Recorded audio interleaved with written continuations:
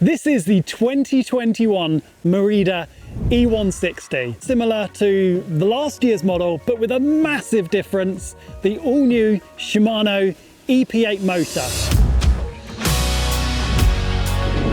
Totally redesigned, the Shimano EP8 motor has got more power, lighter and smaller, and less drag over the cut-off limit than the old motor.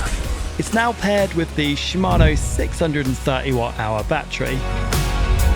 The Merida e-ONE-SIXTY is aimed at trail and enduro riding, with a geometry that includes a short 439mm chainstay and a 65-degree head angle.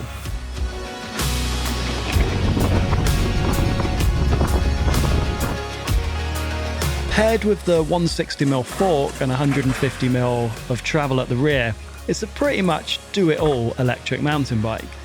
The bike that I'm riding is the carbon-based e-ONE-SIXTY 8000. It weighs just over 23 kilos when set up tubeless, and it costs £6,000. So the biggest difference this year is the all-new Shimano EP8 motor. Smaller, lighter, more powerful, and with a new app that unlocks loads of customizations. This is so exciting for electric mountain bikes, having a brand new drive unit. So what the 85 Newton meter update does is it allows me to climb this pretty steep hill. And I've done this many times on the older E8000 motor, and that motor does run out of steam quite quickly. I'm in trail mode and it is effortlessly pushing me up that hill. It also, to my ears, sounds so quiet. And I actually think that this could be the quietest e-bike motor on the market. I don't know how Shimano have done it, but it just sounds super quiet under power.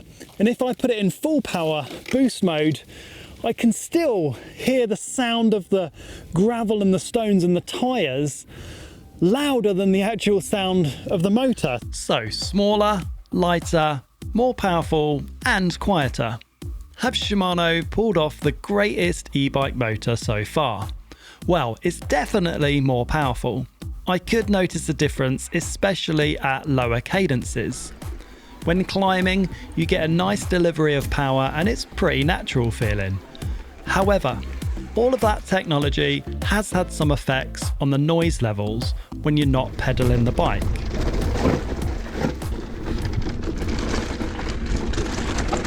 Whilst the Shimano EP8 is super quiet when you're pedaling along, there is one thing that is quite distracting to me that I've noticed.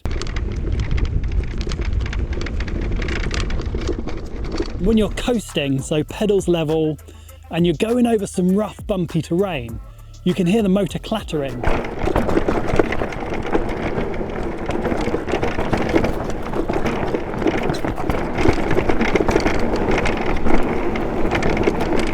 It's one of these things that you get used to when you ride the bike and it disappears as soon as you start pedaling again.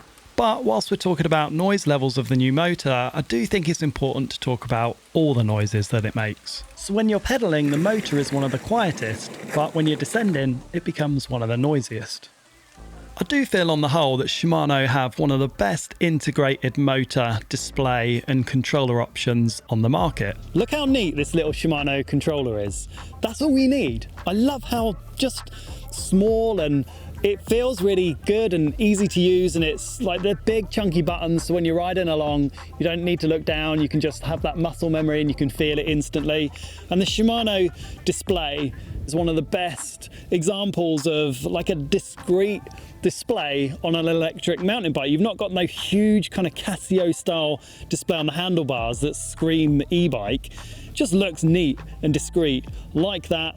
And the integration of the cables on the Meridas, they go inside the bar. So some of the controller cables for the speed controller go in the bar and back down into the electronics. So it's all neatly integrated.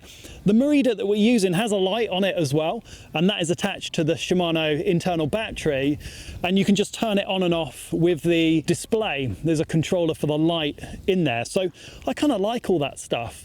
For those that like night riding, you don't have to worry about charging an e-bike battery and your headlight battery. It's all seamlessly integrated.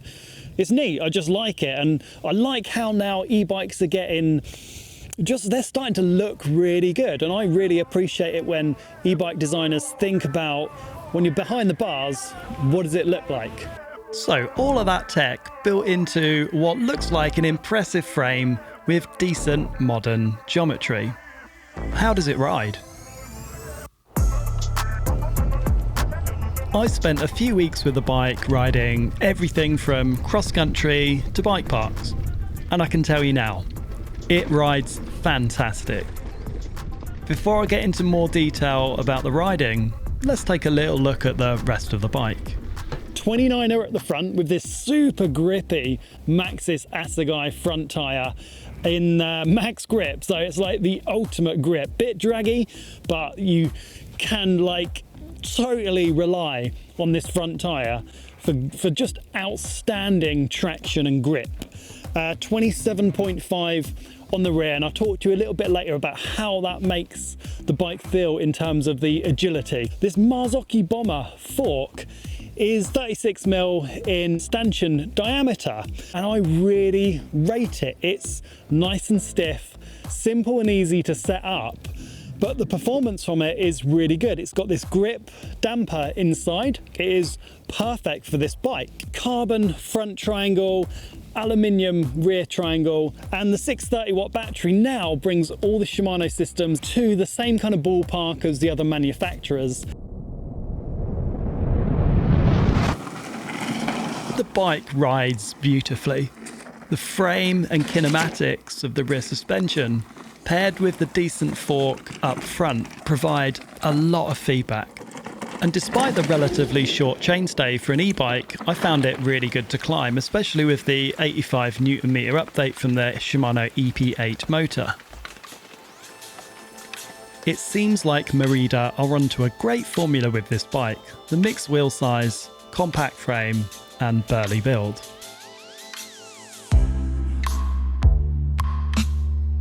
There were times when I could feel the bike track the terrain under me so well that I thought it was almost effortless to ride, and I mean that in a good way. The mixed wheel size and the geometry mean that it feels like it can be flicked around and turned super quick. Cornering and direction changes are lightning fast, and the super sticky max grip tyres give insane crazy high levels of confidence. The brakes are the excellent Shimano SLX. They work with decent power and feel through the levers. And over the rough stuff, the bike feels stable and confident. The fork and the tyre combo soak everything up well. So the Shimano XT drivetrain, I think, is now my favourite drivetrain that I've tried on an e-bike. The shifting is so crisp, fast and precise, and it just feels so ergonomic. And with the downshift, or upshift, shall I say, with your index finger, you don't need to leave the bars at all. So as you're just approaching like the crest of a hill and you're about to send it down, you can just be like bam, bam, bam, bam, bam, bam, and keep dropping it down. And it just feels really good. And in fact, going back to the old school thumb up and down shift just feels a little bit slow to me now. So this XT drivetrain is absolutely superb. I've got to say, I like the way that Merida have integrated the battery in the down tube, and the plate just pulls off. It's one of these kind of typical plates that you get, well built, dampens down all the stones and debris that kick up off the front wheel. The battery is held in place, and to release it, you actually take the little tool out of the rear axle, and that acts as a key for the battery as well. So there's a little port just under here, and you put the tool in from the axle, and that acts as a key, and it removes the battery, releases the battery, comes out nice and easy. So if you do want to charge the battery indoors, which I've been doing a little bit more of recently, you can just do that within 90 seconds, take the battery out, charge it indoors, and they give you a little adapter when you buy the bike that just allows the battery to be charged off the bike. Pop that back in. and then this just pops back on the axle. The bike's got neat cable integration, it's got vents at the front to keep the battery cool as well, and it's a clean looking design with some nice little features, like a toolkit that's stashed neatly underneath the saddle should you need to adjust anything when you're out and about. It's a great all-round bike, easy to ride but comes alive when you want it to. But like most bikes, it's not 100% perfect. Whilst I absolutely love the new Shimano motor update, the noise does irritate me a little bit. It's not unique to this motor. Most of the new motors have this kind of freewheel movement when you're coasting. I personally am quite sensitive to those noises. Other people I speak to, doesn't bother them at all, but I did pick up on that rattle noise with this motor, so just something to be aware of. But really, that's the only negative thing I can find about the bike. They've taken an already great bike and made it better. I was a massive fan of the predecessor and the 140 for that matter, and the reason why I like them is because they feel to me like one of the most playful, agile e-bikes on the market. The 29er with the mullet wheel setup at the back, the 27.5 at the back, and the short chainstay mean you get a lovely, super active and playful ride that just feels like it wants to, it's like a fighter pilot. You point it into the turn, it tips in, you can feel that fork and the tyre dig in, and this super chunky Maxxis Assegai at the front just gives you loads of confidence. Paired with this Marzocchi bomber, it's super stiff enough certainly for this chassis, and it feels like a brilliant, active and playful ride. They made the bike even better with the brand new Shimano EP8 motor. More powerful, lighter, and the new software update gives you up to 85 Newton meters in trail mode. So it's almost like a fully automatic bike. I barely change the mode dial on here. I leave it in trail and just allow it to analyze my torque that I'm putting through the cranks and deliver the right amount of power. And when I'm approaching the super steep inclines, that's when it will give me the maximum power that the motor can deliver. And it's got the 630 watt-hour Shimano internal battery.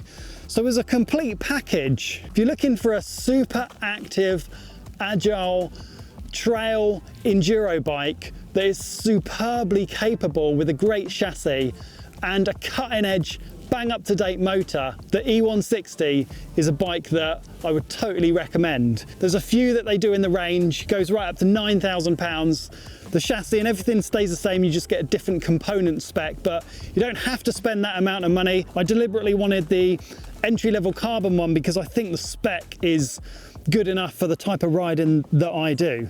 So this is a superb e-bike. No worries about buying something. I know what it's like when you buy something and then something new comes out in the future, or a couple of months after you've bought it, you kind of get that sinking feeling that you haven't got the latest and greatest.